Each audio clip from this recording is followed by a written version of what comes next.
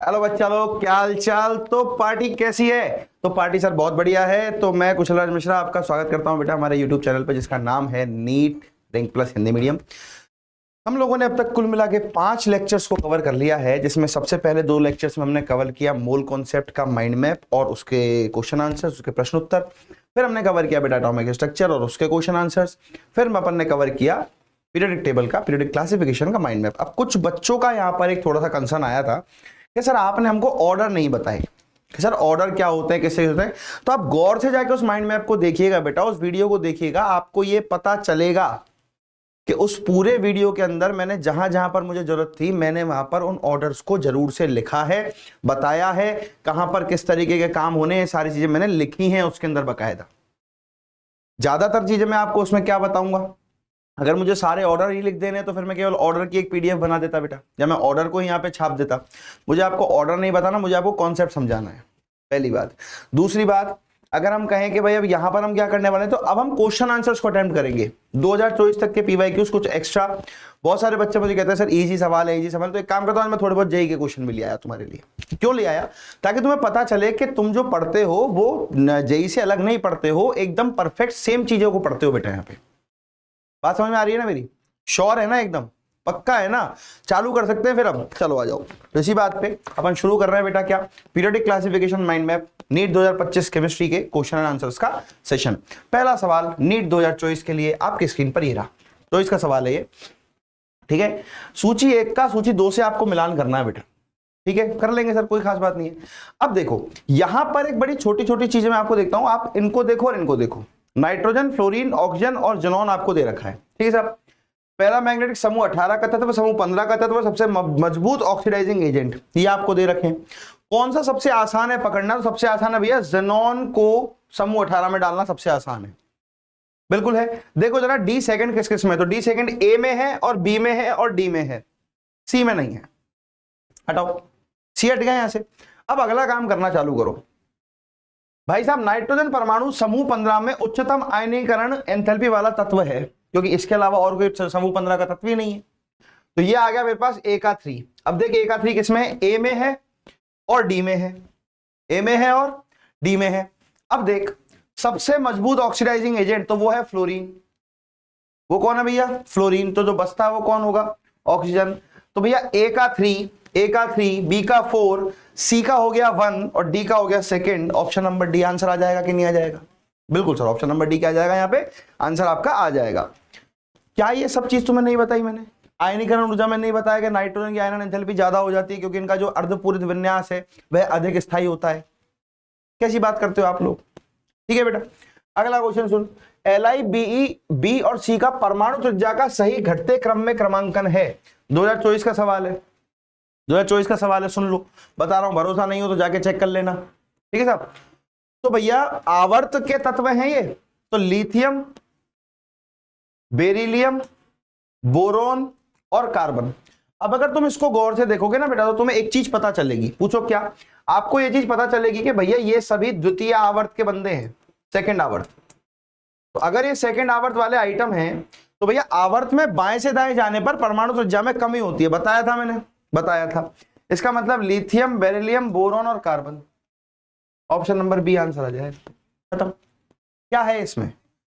जिनको ये लगता है कि सर ये लेक्चर लंबे क्यों नहीं है, कई बच्चों के पास ये भी कमेंट्स थे कि सर ये जो लेक्चर है आप ये लंबा क्यों नहीं करते हो। देखो माइंड मैप पढ़ रहे हो, वन शॉट नहीं पढ़ रहे हो, प्रॉपर चैप्टर नहीं पढ़ रहे हो। माइंड मैप के वीडियोस बहुत बड़े नहीं होते। अगर आप इसको कंपेयर कर रहे हो फिजिक्स से या बायो से, तो मैं यहां आपको एक चीज को करेक्ट कर देता हूं बेटा।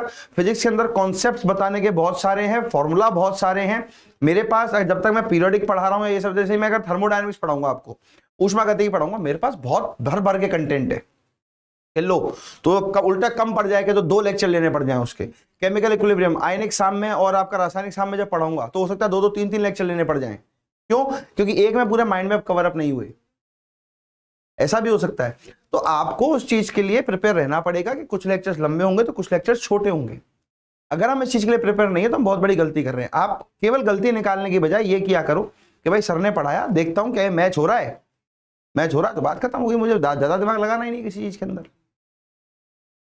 बात समझ में आ गई? चलो आ जाओ। तो भैया लिथियम, बेरिलियम, बोरॉन और कार्बन, क्लियर है एकदम? चल 2 सवाल कर लिए 2024 के, +8 हो गए हमारे। चलो, निम्नलिखित तत्वों को विद्युत ऋणात्मकता के बढ़ते क्रम में व्यवस्थित करो। ठीक है साहब, नाइट्रोजन, ऑक्सीजन, फ्लोरीन, कार्बन और सिलिकॉन। अब मैं तुम्हें बताता हूं, देखो फोन तो सब जानते हो कि फ्लोरीन की इलेक्ट्रोनेगेटिविटी सबसे ज्यादा है, ये ऑर्डर आएगा, ये तो सब जानते हैं। तो बढ़ते हुए क्रम में कह रहा है, मतलब देखो सबसे आगे एंड में F होना चाहिए, फिर O और फिर N होना चाहिए। तो देखो FON ये नहीं है, ये नहीं है और ये भी नहीं है, ऑप्शन कौन सा बचता है फिर? केवल ये बचता है। बाकी तो ना भी बताऊं तो चलेगा, लेकिन मैं आपको यहां पर कॉन्सेप्ट क्लियर कर दे रहा हूं ऐसा क्यों है, तो सुनना और समझना मेरी बात को। ये वाला क्यों आया? वर्ग में ऊपर से नीचे आने पर विद्युत ऋणात्मकता में कमी होती है, वर्ग में ऊपर से नीचे आने पर विद्युत ऋणात्मकता में कमी होती है। तो कार्बन से नीचे जाओगे तो सिलिकॉन है, मतलब कि सिलिकॉन सबसे कम है, उसके बाद कार्बन है। अब आगे चलो, अब कार्बन से आगे वाला जो तत्व है वो है नाइट्रोजन। तो आवर्त में बाएं से दाएं जाने पर विद्युत ऋणात्मकता बढ़ती है, बताया है मैंने, ट्रेंड बताया मैंने, फिर भी नहीं सुनो तो उसका क्या कर सकता हूं बताओ? ले लो, डायरेक्ट ऑप्शन आ गया मेरे पास। 2 चीजें आपको एग्जाम में हमेशा ध्यान रखनी है। पहला, ट्रिक टू एलिमिनेट, किसी को भी गायब करने की, किसी ऑप्शन को काटने की विधि आपको आनी चाहिए, पहली चीज। दूसरा, आपको उसका कॉन्सेप्ट बहुत अच्छे से आना चाहिए, क्योंकि आप काट भी तभी पाओगे। देखो काट लिया वहां तक तो ठीक है, तो 2 ऑप्शन आपने एलिमिनेट कर लिए, तीसरा ऑप्शन एलिमिनेट करने के लिए आपको कॉन्सेप्ट आना चाहिए, क्योंकि एक छोटे से के अंदर तो चेंज है। वहां अगर तुम खेल गए तो तुम्हारा +4 है, नहीं खेल पाए तो -1 है। समझ गए? बहुत बढ़िया, अगले सवाल की तरफ बढ़ेंगे। निम्नलिखित तत्वों को प्रथम आयनीकरण एंथैल्पी के बढ़ते क्रम में व्यवस्थित करें। Lithium, beryllium, boron, carbon, nitrogen. ठीक है साहब, सुन और समझ, सुन और समझ। एक छोटी चीज तुमको समझाता हूं मैं यहां पर। आयनन ऊर्जा, आयनीकरण ऊर्जा, आयनीकरण एंथैल्पी, ये सारी चीजें डिपेंड करती हैं एक तो परमाणु त्रिज्या पे, पहली चीज। तो परमाणु त्रिज्या के हिसाब से, परमाणु त्रिज्या के हिसाब से अगर मैं इनका क्रम लगाऊं तो मैं क्या लगाऊंगा भाई साहब? क्या ये सभी एक आवर्त के तत्व हैं? यस। तो बाएं से दाएं जाने पर इनकी त्रिज्या घटेगी, घटेगी, इसका मतलब lithium, beryllium, boron, carbon, nitrogen. ये सबसे पहली चीज, कॉन्सेप्ट सिखा रहा हूं। जिसने ये कह रहे थे ना कि सर आपने ऑर्डर नहीं बताया, अब बताऊंगा ना ऑर्डर। कॉन्सेप्ट समझ में आ गया तो अब बताऊंगा ना चीजों को। देखो परमाणु त्रिज्या का मेरे पास क्या आ गया बेटा? अपने पास क्या आ गया बेटा जी बोलो? और क्रम आ गया हमारे पास। अब अगर मैं आयनन ऊर्जा लिखना चाहूं यहां पर, आयनन ऊर्जा मुझे मालूम है आर की उल्टी होती है, तो इसका मतलब मेरे पास क्या आ जाएगा? लिथियम, बेरिलियम, बोरॉन, कार्बन और नाइट्रोजन आएगा। अब सुन, तुझे ये ऑप्शन कहीं नजर आ रहा है? हाँ सर वो नजर आ रहा है सर मेरे को, नहीं ये नजर आ रहा है sir, lithium, beryllium, boron, carbon और नाइट्रोजन मुझे नजर आ रहा है सर। जैसे ही इसको राइट करेगा तेरा -1 होएगा, -1। लाल पेन से लिखूंगा, ठीक है, ताकि ध्यान रहे कि ये गलती नहीं करनी। -1 होएगा इसमें। सर फिर ये क्या हुआ? तो सुन, इसका विन्यास है बेटा 1s2 और इसका विन्यास है 2s2। इसका विन्यास है 1s2 और इसका विन्यास है 2s2। बात समझ आई मेरी? तो अगर इसका विन्यास है 1s2 और इसका है 2s2, सॉरी 1s2 2s1 है ना, और इसका विन्यास है 2s2, तो 2s2 एक स्थायी विन्यास है बेटा, जहां से इलेक्ट्रॉन निकालने के लिए इस p1 वाले से अधिक ऊर्जा देनी पड़ेगी। और मैंने एक चीज और बताई, इसमें छेदन क्षमता बताई थी ना, छेदन क्षमता S की ज्यादा होती है P से। एक तो S की छेदन क्षमता ज्यादा, यानी नाभिक के प्रति आकर्षण बल ज्यादा, पहली चीज। दूसरा, पूर्ण पूरित और है S। तो आपका जो विन्यास है, जो आयनीकरण का ऊर्जा है, जो क्रम है, वह यह नहीं होकर के क्या होगा? लिथियम से ज्यादा होगी बोरॉन की, बोरॉन से ज्यादा होगी बेरिलियम की, फिर कार्बन और नाइट्रोजन चलेगा। अगर यहाँ ऑक्सीजन भी आ जाता, अगर यहाँ क्या आ जाता? ऑक्सीजन भी आ जाता, तो फिर ऑक्सीजन इससे पहले आता नाइट्रोजन से पहले। क्यों? क्योंकि ऑक्सीजन का विन्यास है 2p4, नाइट्रोजन का विन्यास है 2p3। नाइट्रोजन का क्या विन्यास है बेटा? 2p3। अब देखो जरा, क्या ये वाला ऑर्डर कहीं नजर आ रहा है? Lithium, boron, beryllium, carbon, nitrogen. तो lithium, boron, beryllium, carbon, nitrogen, yes sir बिल्कुल नजर आ रहा है। ऑप्शन नंबर बी आंसर आएगा बेटा, +4 मिल जाएगा, +4 मिल जाएगा। राइट है, कोई दिक्कत नहीं, बिल्कुल सही। चलो क्रमशः तटस्थ है ना, तटस्थ का मतलब उदासीन। ठीक है साहब।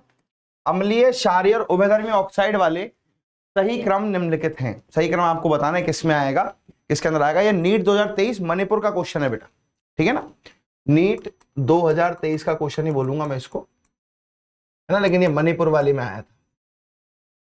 मैंने आपको शायद सेशंस में कई बार कहा भी है कि इसके क्वेश्चंस बहुत अच्छे होते हैं, एक बहुत अच्छे लेवल को कैरी करते हैं, जिसमें आपको अटकना बनता है आपका, ठीक है ना। तो अब जैसे ये चीज है, ये आपको नहीं मालूम तो भूल जाओ, फिर ये क्वेश्चन नहीं होगा आपसे। जैसे उदासीन, तो उदासीन होता है बेटा, मैंने आपको ये उदासीन बता गया था, बिल्कुल लास्ट में लिख के गया था कि CO हो गया, NO हो गया, N2O हो गया, ये सब उदासीन होते हैं, ठीक है साहब। तो देखो जरा, सबसे पहले NO कहां पर आ रहा है, तो NO A में आ रहा है, C में आ रहा है, D में आ रहा है, B में तो सबसे पहले ZNO आ रहा है। तो जनाबे आली ने बेकार गाया पंजाबी सॉन्ग, उभयधर्मी ऑक्साइड पता करने के लिए बता के गया था। निमोनिक्स बोलते हैं बेटा इनको, निमोनिक्स बोलते हैं बेटा इसको। तो जनाबे आली ने बेकार गाया पंजाबी सॉन्ग। देख लो किसमें ZNO सबसे लास्ट में आ रहा है, इसमें आ रहा है, नहीं आ रहा, इसमें आ रहा है, नहीं आ रहा, इसमें आ रहा है, नहीं आ रहा, इसमें आ रहा, तो यही आंसर है मेरा। सर फिर भी मुझे पहचान ना हो तो वो जरूर बताऊंगा। देखो तो NO परमाणु होता है, NO जो अणु है बेटा मेरा, जो ऑक्साइड है वह है उदासीन, लिखा रखा है मैंने, ठीक है। इसके अलावा अम्लीय बोलूं तो भैया CO2 मेरा अम्लीय है, CaO कैल्शियम का ऑक्साइड है मतलब क्षारीय है, और ZNO मेरा उभयधर्मी है। तो इस क्रम में जो जम रहा हो वही आंसर है। तो देखो पहले NO, CO2, CaO, ZNO। मैंने केवल ZNO को देख करके उत्तर नहीं दिया, मैंने सबको एनालाइज करके उत्तर दिया आपको। क्वेश्चन समझ में आ रहे हैं? ऐसे ही सवाल आते हैं जिनको ये लगता है कि बोले सर इसमें तो बहुत ज्यादा, आपने तो कम पढ़ा है सर, ज्यादा पढ़ाओ सर। ज्यादा पढ़ने वाले बेवकूफ होते हैं, बता देता हूँ मैं पहले ही। हाँ, मैं एक मतलब ऐसे ग्लोबल प्लेटफॉर्म पे खड़ा होकर ये बात बोल रहा हूँ तो मैं एकदम सोच समझ के बोल रहा हूँ किसी बात को।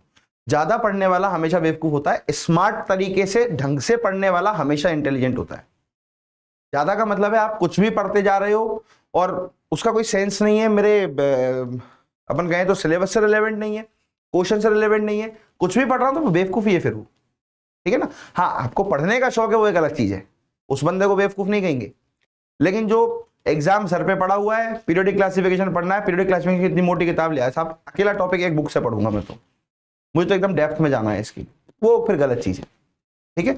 हमें ये सीखना है, अभी आपका जो मोटिव होना चाहिए वही सीखने का तो होना ही चाहिए। देखो सीख भी रहे हो तुम चीज, ऐसी बात नहीं सीख रहे हो, लेकिन आपका मोटिव ये भी होना चाहिए कि हाँ यार मैं अच्छा स्कोर कैसे करूं।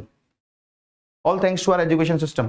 अगर आपका स्कोर नहीं आया, आप कितने भी इंटेलिजेंट है, आपको इंटेलिजेंट नहीं मानेगा, ठीक है सर। आइए, निम्नलिखित में से कौन सा सही रूप से मेल खाता है, फिर से नीट 2023 मणिपुर। देखो आप खुद देखो कितने अच्छे अच्छे सवाल हैं यहाँ पर, कितने अच्छे अच्छे सवाल हैं। आपको मतलब एक्सरसाइज करनी पड़ेगी पूरे चैप्टर पे, तब जाके आएगा। देखो मूलीय ऑक्साइड, मूलीय का मतलब हो गया बेटा तुम्हारे ये क्षारीय ऑक्साइड है ना, ये क्षारीय है, ये वाले तुम्हारे उदासीन है, ठीक है ना। चलो हाँ जी, In2O3, K2 और SNO2। SNO2 Punjabi song उभयधर्मी oxide है, मतलब ये गलत हो गया। CO न्यूट्रल है, N2O न्यूट्रल है, NO2 अम्लीय ऑक्साइड है बेटा, इस साथ पानी मिलाओ HNO3 बन जाएगा, गलत हो गया। Mn2O7, SO2 और TeO3 तीनों के तीनों अम्लीय ऑक्साइड है, ठीक है। आगे भी देख लेता हूं, BeO, Ga2O3, GeO जर्मेनियम का ऑक्साइड उभयधर्मी नहीं होता है, मतलब कि ऑप्शन नंबर 3 मेरा आंसर है। अब देखो ये है मेमोरी बेस्ड और फैक्ट बेस्ड क्वेश्चन। कैसे क्वेश्चन है बेटा ये? मेमोरी बेस्ड और फैक्ट बेस्ड क्वेश्चन है, जो आपको बहुत अच्छे से आने चाहिए, आपको चीजें ध्यान होनी चाहिए, तब जाके आप क्वेश्चन कर पाओगे। ऐसे सवाल नहीं होते हैं मजे मजे में, ठीक है। चल अगला सवाल। अब देख ये बड़ा प्यारा क्वेश्चन है तुम्हारे लिए, ये नीट 2022 का क्वेश्चन है, फेज 2 का क्वेश्चन है ना, नीट 22 का ये क्वेश्चन, जहां तक मुझे ध्यान है ये 2022 का सवाल है बेटा। तत्व x और y है तुम्हारे पास, पहला तत्व है x, दूसरा तत्व है y। समझने की कोशिश करना, बहुत अच्छे समझना, बहुत प्यारा सवाल है। पहली एंथैल्पी दी गई है 419, इसकी पहली एंथैल्पी दी गई है 590, कोई बात नहीं दी गई होगी। x और y की दूसरी आयनीकरण एंथैल्पियां क्रमशः, गौर करो 419 से जंप मार गया 3069 पे, लेकिन इसने जंप मारा केवल 500 का, 1145, ठीक है। तो सही कथन है पहला, और वाई क्षारीय पृथ्वी धातु। इन सब पे तो कथनों पे तो मैं बाद में जाऊंगा, पहले तो एक चीज डिड्यूस करूंगा, एक चीज यहां पे पता करूंगा, क्या कि यार पहले तो मैं ये देखो इनकी ऑक्सीजन अवस्था स्थायी कौन सी हुई। देख उदासीन से जब ये निकाला होगा तो x प्लस बना होगा, ऐसे ही y से जब उदासीन से निकाला होगा तो y प्लस बना होगा। अब x प्लस से एक इलेक्ट्रॉन और निकालने के लिए मुझे इसकी लगभग 6 गुना 7 गुना ऊर्जा देनी पड़ गई भाई। 400 7 चौक 28, हाँ 7 गुना ऊर्जा देनी पड़ गई मेरे को, 7 साढ़े 7 गुना, मोटा मोटा 8 गुना ऊर्जा देनी पड़ गई। तो क्या मैंने कुछ गलती तो नहीं की यार? अगर मैं +2 में जाना चाह रहा हूं, इतनी ऊर्जा दे रहा हूं, मतलब कि ये +2 पर आसानी से तो नहीं जाएगा, यानी इसकी जो स्थायी ऑक्सीजन अवस्था है वो है X+। कौन सी है बेटा? X+। यहां देख Y+, समान, लगभग समान ऊर्जा और देने पर, थोड़ी सी एड ऑन और करने पर Y+2 बना दिया इसने। क्या बना दिया बेटा? Y+2 बना दिया, थोड़ी सी और, मतलब जितनी ऊर्जा पहले दी थी उतनी तो दी, डबल करा बस उसको, और मेरे पास Y+2 मिल गया। इसका मतलब हुआ इसका +2 वाला ज्यादा स्टेबल है। तो देख, +1 होती है हमारी किसकी स्थायी ऑक्सीजन अवस्था? क्षार धातुओं की। क्या दोनों क्षारीय पृथ्वी धातु है? नहीं। X क्षारीय पृथ्वी धातु है? नहीं। दोनों X और Y क्षारीय धातु है, ये हो सकता है, हालांकि मैंने भी पता कर लिया, लेकिन अगर स्टार्टिंग में मैं ऑप्शन को देख रहा होता तो मैं कहता हाँ ये और ये हो सकते हैं दोनों में से। अच्छा, क्षारीय धातु की ऑक्सीजन अवस्था होती है +1 जो कि स्थायी होती है, क्षारीय पृथ्वी धातु की स्थायी ऑक्सीजन अवस्था होती है +2। ठीक है, तो बेटा +1 और +2 ऑप्शन नंबर बी आंसर है। देख कितना प्यारा सा सवाल है, कितना सुंदर सवाल है, वैल्यू दी है, फिर आपके पास यहाँ पर खेलने के लिए आ गया आपके साथ। क्या बताओ क्या आएगा? अब इसके अंदर कोई कॉन्सेप्ट ही लगेगा, इसके अंदर वो ऑर्डर, वो क्रम नहीं लगेंगे कभी भी, ध्यान रखो। यहां पे लग रहा है दिमाग, कि दिमाग किस तरीके से काम करेगा। यहां पे क्या लग रहा है बेटा? दिमाग, कि दिमाग आपका किस दिशा में, किस तरीके से आप इसको काम करेंगे, कैसे अपनी बुद्धि को चलाएंगे ताकि आपके सामने ये क्वेश्चन बहुत अच्छे से प्रेजेंटेबल हो सके, बहुत अच्छे से आपको देखने को मिल सके, आप अच्छे से इस सवाल को सॉल्व कर सको, तब मजा आता है। ठीक है, चलिए अगला सवाल देखो। दिए गए 4 तत्वों के लिए प्रथम आयनीकरण एंथैल्पी का सही क्रम है। कार्बन है, फ्लोरीन है, नाइट्रोजन है और ऑक्सीजन है। अब देख, एक ही आवर्त के हैं वापस से, तो परमाणु त्रिज्या का क्रम देख ले पहले। तो परमाणु त्रिज्या का क्रम कार्बन की ज्यादा होगी, फिर नाइट्रोजन, ऑक्सीजन और फ्लोरीन। सही है। आयनीकरण ऊर्जा इसका जस्ट उल्टा हो जाएगा, कार्बन, नाइट्रोजन, ऑक्सीजन और फ्लोरीन। क्या बताया था मैंने? याद कर, अगर नाइट्रोजन ऑक्सीजन आ जाए तो नाइट्रोजन का होता है 2p3 विन्यास, इसका होता है 2p4। आपस में बदलो इनको, आपस में बदलते ही मेरे पास आएगा CON और F। ये देख लो, जहां नजर आए वही आंसर है मेरा।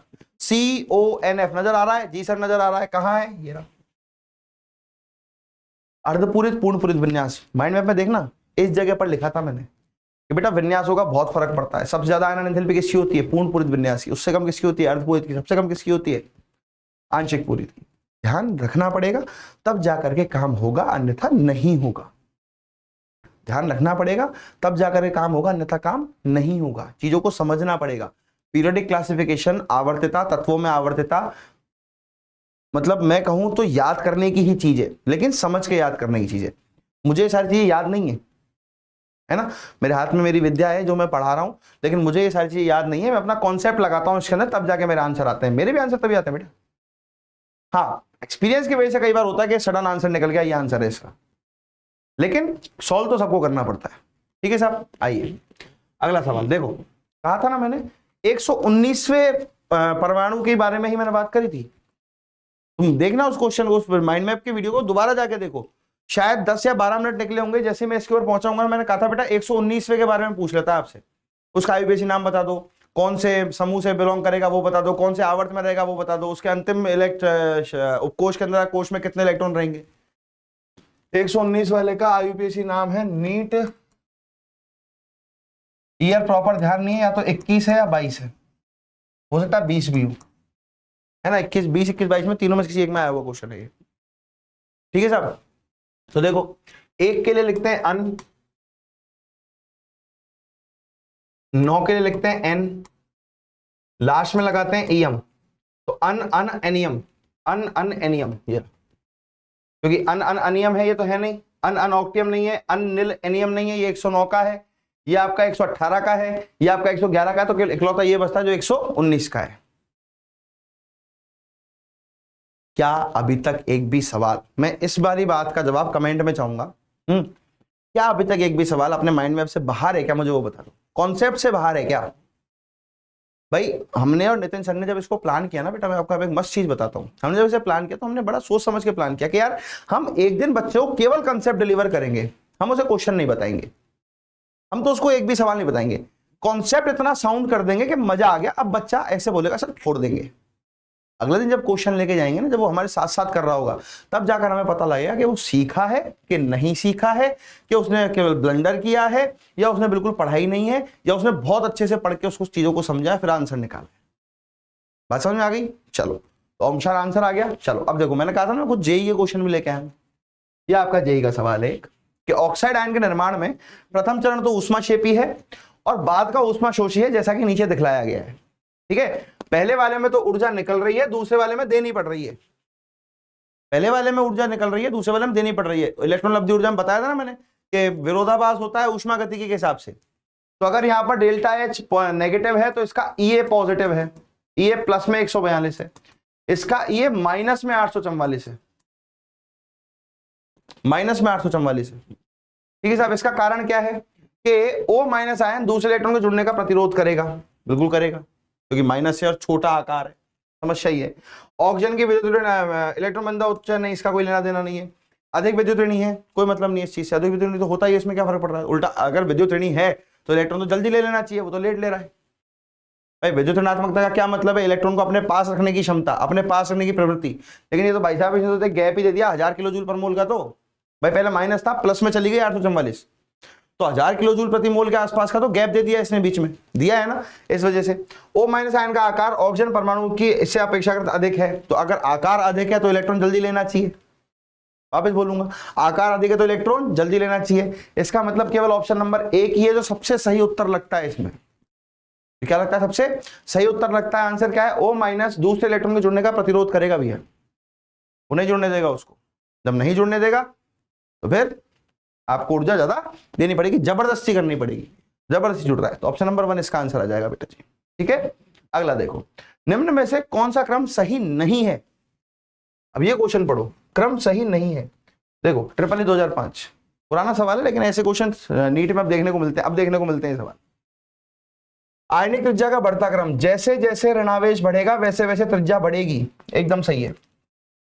प्रथम आयनन एंथैल्पी का बढ़ता क्रम, प्रथम आयनन एंथैल्पी BCNO, ओहो क्या बात है, देख जरा इधर, BCNO, ये गड़बड़ हो गया मामला। क्या बता रखा है? ये है 2p3, ये है 2p4, आगे पीछे करो इसको, बोरोन, कार्बन, ऑक्सीजन, नाइट्रोजन, ये होना चाहिए था लेकिन ये नहीं है, तो option number C B answer आ जाएगा।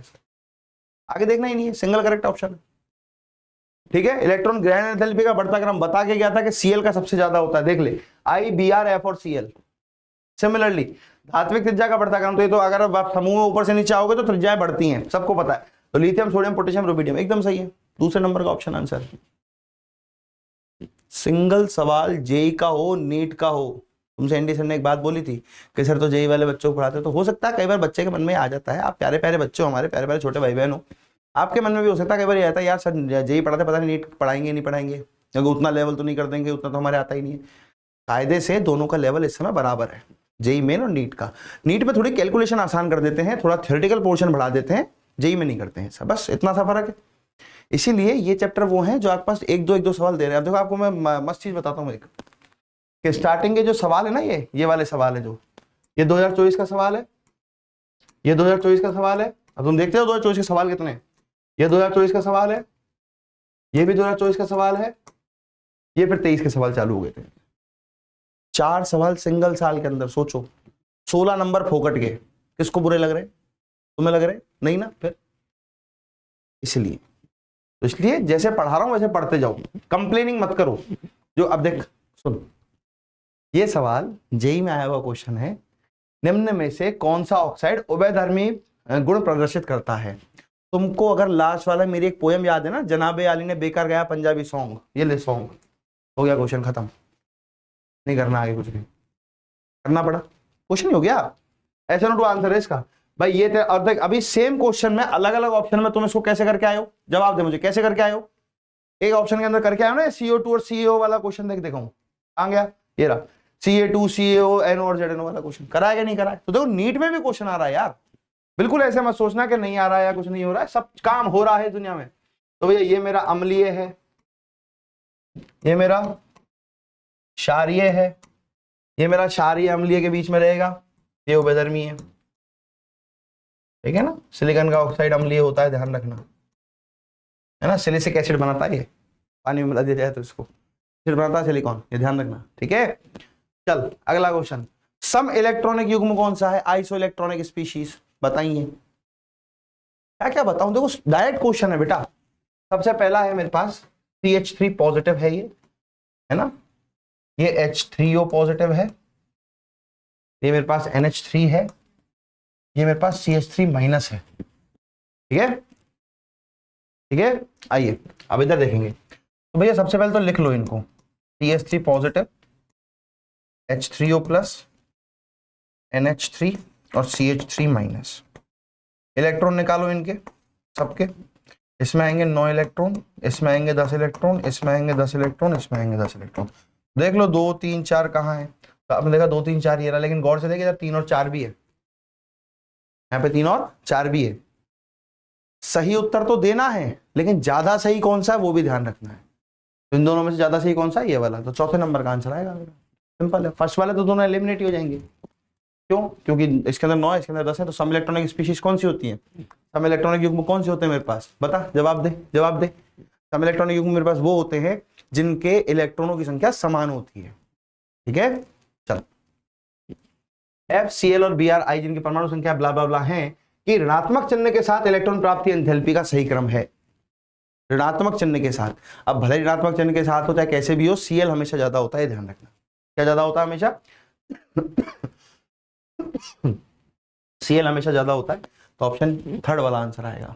क्या सेम क्वेश्चन तुमने अभी वहां भी करा है नीट वाले में? अभी तो आया था यही सवाल, इलेक्ट्रॉन बंधुता वाला। तो ऐसे क्वेश्चन आपको ध्यान रखने चाहिए, अच्छा सवाल है। चलो, निम्नलिखित में से कौन सा क्रम दिए गए ऑक्साइडों के क्रमशः बढ़ते क्षारीय प्रभाव स्वभाव को प्रदर्शित करता है? क्षारीय स्वभाव को बढ़ते हुए प्रदर्शित कर रहा है, इसका मतलब सबसे पहले तो ये देखो, या तो अम्लीय रखा जाए सबसे कम पे, या उभयधर्मी रखा जाए। अब इसमें पहले तो उभयधर्मी ऑक्साइड ढूंढो, सबसे कम में कहां लिखा हुआ है, तो ये लिखा हुआ Al2O3 ऑक्साइड में, उसमें क्या बोलते हैं प्रवृत्ति में कैसा होता है, उभयधर्मी होता है। तो उभयधर्मी होता है मतलब सबसे कम जाएगा, फिर उससे ज्यादा Mg, उससे ज्यादा Na और सबसे ज्यादा K। पोटेशियम वाले ऑक्साइड की क्षारीय प्रवृत्ति सबसे ज्यादा होती है, थर्ड ऑप्शन आंसर आ जाएगा। ट्रिपल 2011 का सवाल है, कुछ ही नहीं है, एकदम आसान है। अब ये मत सोचना सर आप तो जेई के क्वेश्चन कराने लग गए, नहीं करा रहा हूं तुमको, इसलिए पहले मैंने सारे पहले कौन से क्वेश्चन कराए, नीट वाले सवाल कराए बढ़िया बढ़िया एकदम, कि देखो बेटा, फिर इन क्वेश्चनों पे आया, ताकि तुम्हें लगे कि हाँ यार जो वहां आ रहा है वो यहाँ आ रहा है, कुछ अलग से नहीं आ रहा है ये, क्योंकि हुआ नहीं है, जिसे डरने की जरूरत है, समझ आ गई? पक्का? चल अगला सवाल। ओ क्वेश्चन समाप्त हो गए, माय गॉड। चलो, आपने यहाँ पर ये देख लिया कि कितने कितने सवाल, कैसे कैसे सवाल आपको करने हैं बढ़िया अच्छे तरीके से। अब आप अगर समय पर जरा गौर करोगे ना, तो आपको दिखेगा कि यार ये केवल अभी तक 30 ही मिनट हुए हैं, और सर ने 17 16 15 सवाल मैंने आपको करा दिए हैं। अब तुम खुद सोचो, अगर मैं इन क्वेश्चंस को खुद से करने बैठूं तो क्या मुझे 5 से 7 मिनट से ज्यादा का समय लगेगा क्या? कमेंट में लिख के जरूर बताना मुझे, सर आपको टाइम नहीं लगेगा, आपको टाइम लगेगा। और अगर तुम ऐसी ही प्रैक्टिस जैसे मैंने कर रखी है, जैसे मैंने माइंड मैप को पढ़ के, जो माइंड मैप अगर मैंने तुम्हारे लिए बनाया तो ढाई से बात है, मैंने उसे पढ़ा भी तो होगा ना, मैंने खुद ने भी तो पढ़ के तभी तो तुम्हें दिया होगा कि हाँ देख बेटा ये बच्चों के लिए बहुत आसान रहेगा और बढ़िया रहेगा। 30 मिनट में अगर तुम 15 सवाल खींच रहे हो समझाते हुए, तो सोचो खुद कितना जल्दी करोगे अगर तुम 10 मिनट में 15 सवाल कर रहे हो। और अगर ऐसे क्वेश्चन तुम्हें लगातार बहुत ज्यादा मिल जाए तो, जो कि मिलते हैं इनऑर्गेनिक केमिस्ट्री में मिलते हैं। इनऑर्गेनिक केमिस्ट्री का सीधा सा फंडा है, मेरा एक बड़ा प्यारा सा विद्यार्थी है वरुण, ठीक है ना, उसके इस बार केमिस्ट्री में 172 आउट ऑफ 180 आए, मैं प्राउडली कह सकता हूँ। उसको भी यही सिखा के भेजा था, उसने आते आते मुझे यही कहा था कि सर मैं आपकी बात भूल गया एग्जाम के अंदर जाके, या फिर आप ये कहोगे मुझे बहुत अच्छे से याद थी, तो इसलिए मैंने वो 2 क्वेश्चन अटेम्प्ट ही नहीं करे। इनऑर्गेनिक केमिस्ट्री का क्वेश्चन या तो तुम्हें आता है या तुम्हें नहीं आता है, 2 ही चीजें हैं, इसमें तुक्का लगाने की कोई गुंजाइश नहीं है। तो वो डी ब्लॉक के 2 क्वेश्चन छोड़ के आए, क्योंकि उससे उनके नाम या कुछ ऐसी चीज थी जो टर्म याद नहीं आई उसको, क्योंकि वो याद ही करने पड़ते हैं। अब मैं तुमसे पूछूं सिनाबार क्या होता है, चलो तुम्हारे लिए एक छोटा सा सवाल है कि सिनाबार क्या होता है, ये मेरे को कमेंट में बता देना एक बार। जो बच्चा लास्ट तक रुका हुआ उसको मालूम है कि सिनाबार क्या होता है, सही है? या वो अब गूगल मत करना रे, अरे नट्टो गूगल कर लोगे जानवरों, गूगल मत करना है ना, गूगल नहीं करना है। कैसे बताना है? खुद से बताना कि क्या तुम्हें याद है क्या, ठीक। चलो अगले सेशन के अंदर मिलेंगे, जहां पर हम लोग अब कवर करने के वाले हैं केमिकल बॉन्डिंग। बड़ा चैप्टर है थोड़ा सा, लेकिन कोशिश करेंगे उसको हम 1.5-2 घंटे के अंदर कैसे भी करके समराइज करेंगे, कम से कम मैक्सिमम 2 सवा 2 घंटे, इससे ऊपर का समय नहीं लगने दूंगा उसके अंदर, राइट। चलिए फिर मिलते हैं अगले लेक्चर के साथ, टाटा बाय बाय।